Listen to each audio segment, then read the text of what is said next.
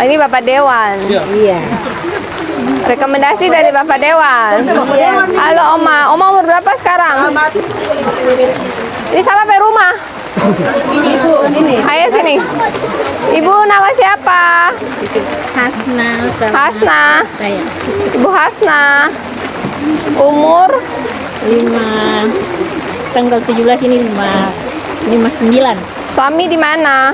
Meninggal. Anak berapa? 4. Sampai anak ada 4, tapi yang suami ini tidak ada.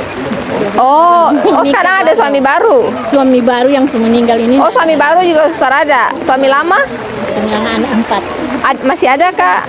Oh suami lama pisah. Suami baru meninggal. Dengan suami pertama ada anak 4. Oh. Assalamualaikum warahmatullahi wabarakatuh. Selamat sore, salam sejahtera buat semuanya, mama-mama, bapak-bapak, adik-adik. Jadi tujuan kedatangan saya untuk melihat, untuk penyerahan bahan bangunan untuk rumah yang masuk dalam kategori kurang layak huni. Jadi akan direnovasi.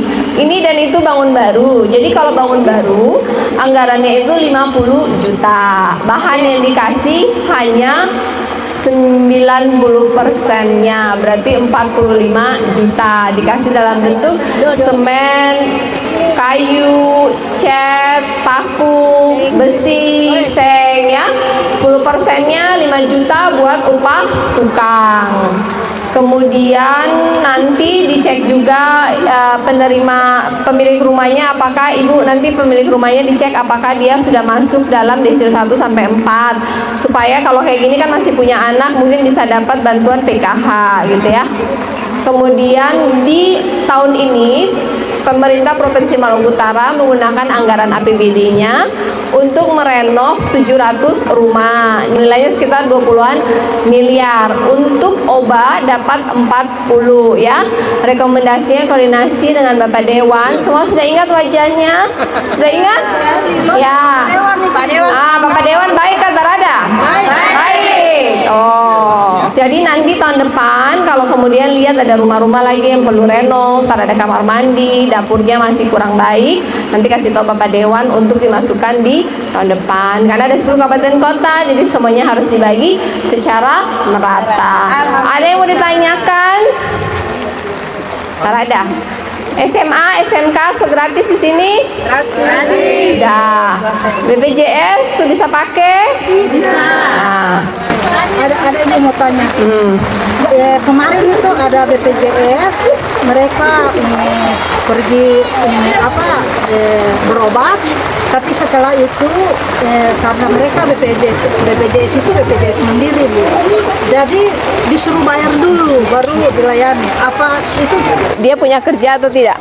Dia punya pekerjaan tidak? Tidak, Bu. Oke. Jadi biasanya BPJS Mandiri itu pada mereka yang tadinya punya pekerjaan. Kemudian mungkin dia sudah tidak punya pekerjaan, jadi dia sudah nunggak kan? Ketika nunggak memang dia harus bayar. Oleh karena itu solusinya dia harus ubah ke BPJS JKN. Jadi dibayar oleh Pemprov. Nanti saya kasih Kadis Kesehatan ya, koordinasi dengan Kadis Kesehatan bagaimana caranya untuk pindahkan dari BPJS Mandiri ke BPJS yang dibayar oleh pemerintah. Ada lagi? Lampu di depan rumah sakit kalau boleh dinyalakan, Bu. Lampu? Lampu jalan di depan rumah sakit. Lampu, Ibu tanggung jawab bilang PU. Jalan belakang selalu gelap menuju rumah sakit. Siap, dinyalain. Sekolah rakyat? Oh, sekolah Sekolah rakyat. TK di sini juga itu masih pakai rumah guru. Rumah guru. Kenapa? Sekolah TK di sini masih pakai rumah guru. Iya, sekolah TK Pak Wali Kota. Nanti saya sampaikan ya. Karena provinsi cuma SMA, SMK, SLB. Ya.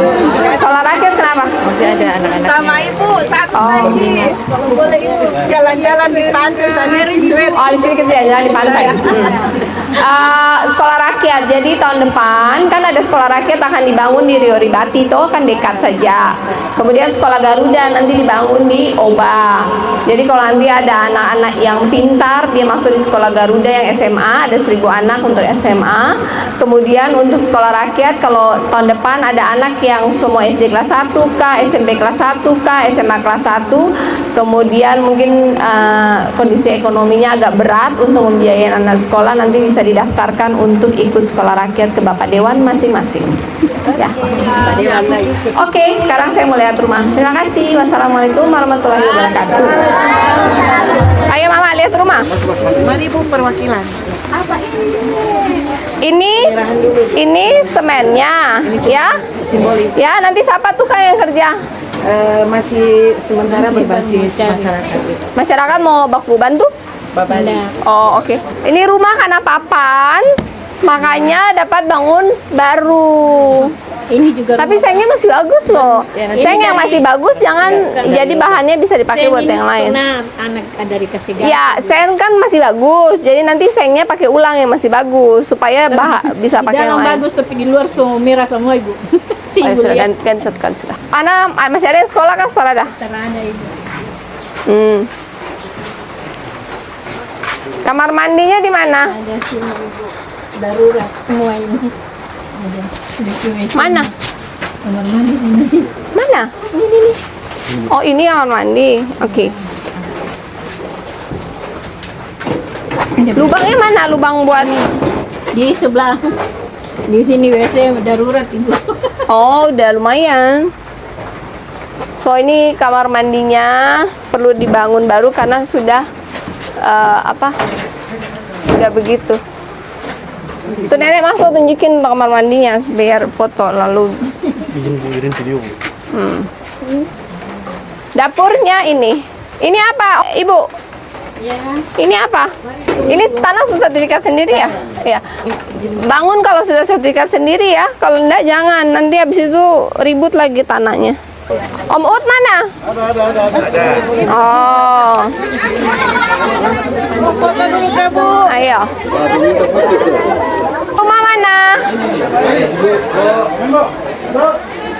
Ibu siapa namanya? Apa? Masih tanya. Iya, masih tanah. Jadi persyaratan yang dapat rumah itu masih tanah, atap seng sudah lobang, dinding papan. Sini. Nama siapa? Hasna. Asna. Pak Itua mana? Oh, Pak Itua kerja apa? Nelayan, punya body kan terada. Itu di Oh, so ada body sendiri. Hah? Ada bikin sendiri tapi Oh, bikin sendiri, bodinya belum selesai. Oh, so sampai mana? Tinggal berapa? mesin. Oh, mesin saja. Oh, kita kasih mesin ya. Ya. 15 PK. 20 PK. Oh, minta 20. Oke, 20 PK. 15 mereka kecil. Oh, 15 PK kecil. Oke, ini berapa GT? Kapal berapa GT? 1,5. Eh? 1,5 kah 3 GT? Kayaknya 3 ini. Oh, 3 GT. Kapan kapal selesai? Tinggal tunggu Oh, tinggal tunggu mesin saja. Oke, saya kasih mesin 20 PK. Sebelumnya melaut atau bagaimana? Iya, Sebelum melaut. kapal melaut pakai orang pun kapal. saya punya juga.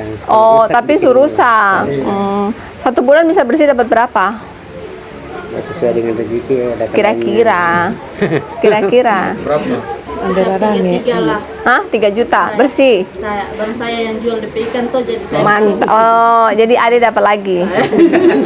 Nanti daftar BPJS tenaga kerja ya. Punya belum BPJS tenaga kerja? belum.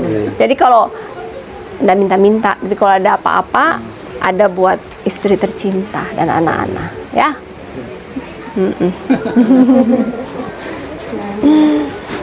Nanti siapa yang bangun rumahnya? Kan cuma kasih bahan. Kakak saya. Kakak ya? Oke, bangun baik, biar dapur bersih ya. Nanti saya kasih kasur. Sekarang ada kasur atau? Belum? Ada tapi kapok yang Oh iya, nanti koordinasi dengan sosial ya, kasih kasur ya, biar badan tersaki. Ada yang mau ditanya? Bahan su antar belum? Lagi sana. Setelah ini kita antar semua. Oh, oke.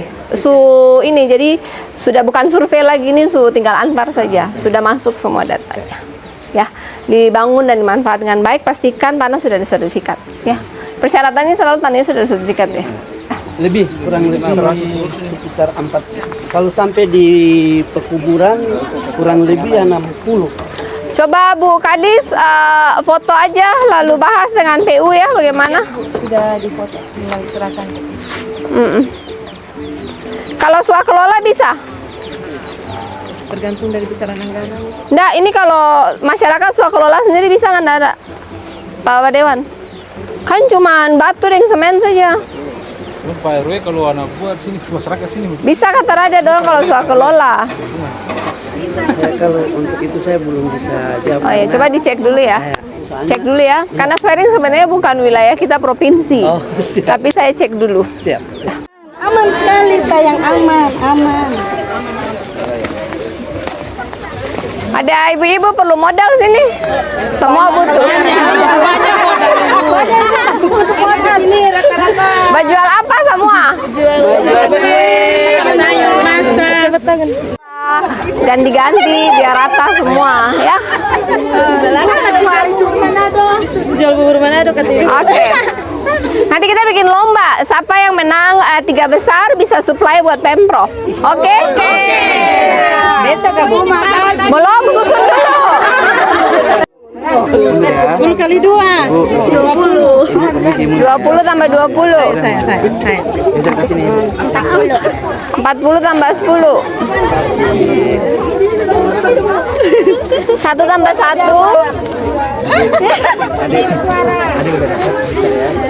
5 tambah 5. 10 kali 3. 30 tambah 30. 60. Menyanyi bebek angsa masak di kuah, minta dansa 4 kali. Pica. Oke. Kalau saya ngelihat amannya bukan dari situ, Mbak. Amannya dari menggunakan sebutan kalau nggak salah mama ya, apa ibumu udah. Panggilan di sana ya. Oh iya. Itu artinya ibu atau apa? Mama itu ibu-ibu. Nah, iya. Artinya itu justru yang mengamankan. Aku mamamu, gitu. Ya.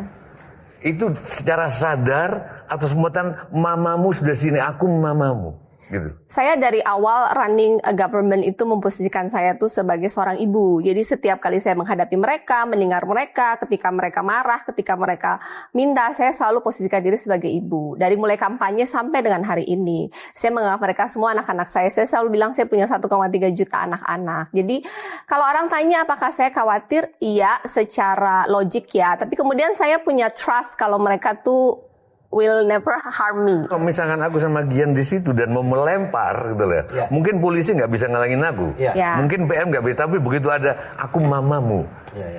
Itu gimana coba? Gimana Gian? Secara hati tuh langsung Pasti kena ya. ditaruh. Iya. Gimana?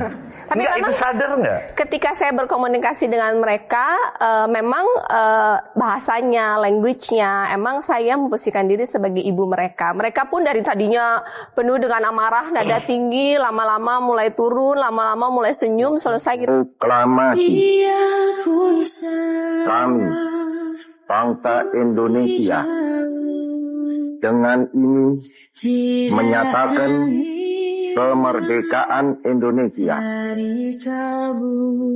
Hal-hal yang mengenai pemindahan kekuasaan dan lain-lain diselenggarakan dengan cara saksama dan dalam tempo yang sesingkat-singkatnya. Jakarta, Soekarno, Hatta.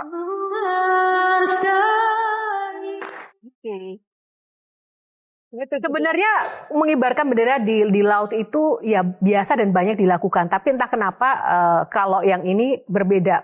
Sebenarnya saya sering mengibarkan bendera di bawah laut. Hanya dalam posisi sebagai gubernur itu yang pertama. Itulah yang mungkin membuat berbeda. Kamu Jolin gimana? Sebagai orang yang mencintai laut juga. Aku juga sempat lihat video ini waktu itu Bu, tanggal 17 Agustus ya. Nah, Ibu Shirley kan sebagai seseorang sosok perempuan yang sangat mencintai laut gitu. Tapi seperti yang kita tahu juga ada kesedihan juga yang dibawa oleh laut kepada Ibu gitu. Itu gimana sih Bu dari sisi seorang ibu terus melihat dua aspek ini gitu loh. Seperti ibaratnya apa ya, sesuatu yang ibu cintai itu mengambil sesuatu yang ibu cintai juga yang lainnya. Itu pengen tahu sih Bu, kita dari sesama perempuan gimana ya Bu? Sebenarnya ya saya orang yang sangat mencintai laut. Ketika kejadian itu saya takut sama laut, saya takut sama ombak, saya takut melintasi laut. Sedangkan pada masa kampanye pun saya harus melintasi laut. Jadi pertama kali saya harus melawan rasa takut saya itu waktu debat kandidat pertama. Saya harus di ibu kota, which is itu Sofifi, saya harus nyebrang. Saya bawa anak-anak saya, kita pindah ke kapal yang kecil sehingga saya bisa memastikan tidak ada yang menaruh apapun di situ. Dan selama 1 jam itu takut adalah skenario terburuk selalu muncul dalam pikiranku bahwa kapal bisa tiba-tiba meledak dan berbagai macam. Tapi rasa takut itu terus saya lawan. Kemudian makin ke hari rasa takut itu semakin berkurang. Itu berapa lama Bu kalau boleh tahu trauma overcome traumanya? Trauma itu tidak pernah hilang. Hanya kemudian setiap kali trauma itu datang, saya memilih untuk melawan rasa trauma dan rasa takut itu. Sampai dengan hari ini. Bahkan waktu pengibaran bendera pun, adalah segala skema ketakutan yang muncul. Setiap kali mau turun tuh ada aja halusinasi yang ada di otak saya. Tapi saya selalu melawannya. Bahkan ketika ini pun saya pas mau caption nulis, saya merasa bahwa ini suatu message bahwa di hari kemerdekaan ini saya pengen merdeka dari rasa takut. Ini sangat filosofis. Rasa takut itu sebaiknya dilawan atau dilupakan? Saya memilih untuk melawannya, karena kalau dilupakan itu tidak selesai. Jadi saya memilih untuk, bukan melawan mungkin ya, saya sekarang mungkin dalam posisi berdamai dengan rasa takut itu. Jadi rasa takut itu tidak pernah meninggalkan saya, dia menjadi new me. Jadi saya memilih untuk berdamai dengan rasa takut itu. Apa yang paling Ibu rasa atau hal yang paling menakutkan yang pernah Ibu takutkan sampai sekarang? Ya hal yang paling ditakuti ya kehilangan pasangan hidup. Saya sudah mengalami itu, jadi ya selanjutnya apapun dari itu saya sudah mengalami dan menghadapi ketakutan terbesar saya.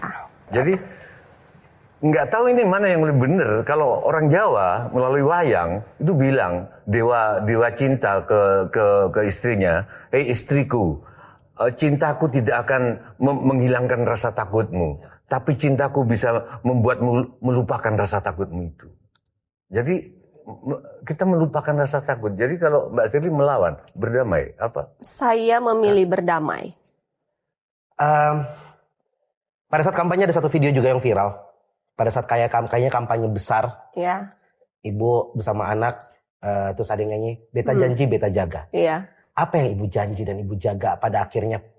Karena ada momen ibu melihat ke atas, kayak mengirimkan pesan pada mendiang suami. Apa yang pengen ibu sampaikan? Dan mungkin apakah ada hubungannya dengan legacy yang ibu lanjutkan buat masyarakat Maluku Utara? Buat orang yang pernah kenal Benny Laos itu, dia itu seseorang dengan integritas dan omongan dia itu selalu dia lakukan. Dalam mendampingi dia berkampanye, janji-janji politik itu ada 9 janji. Dan ketika tiba-tiba melihat seorang Benny Laos pergi begitu saja di tengah-tengah perjuangan, saya menolak untuk kalah. Saya menolak untuk selesai seperti itu saja. Sehingga itu salah satu alasan dan tentu dengan dorongan dari anak-anak, saya setuju untuk melanjutkan perjuangannya.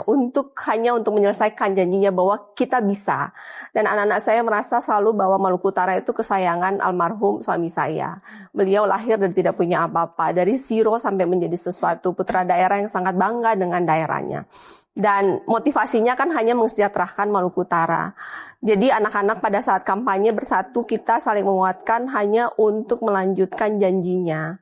Dan ketika kampanye dan kan saya ada 9 janji ya, setiap janji itu selesai, saya ngomong ke diri saya sendiri, ya berkomunikasi dengan beliau kayak, saya menyelesaikan janjinya satu persatu. Tidak, aku masih tertarik. Waktu ngomong soal ketakutan, langsung sontak gemetar? Apa yang paling membuat Shirley takut? Sebenarnya ketika kejadian itu almarhum suami saya itu ada saya diantar ke puskesmas, almarhum suami diantar di rumah sakit.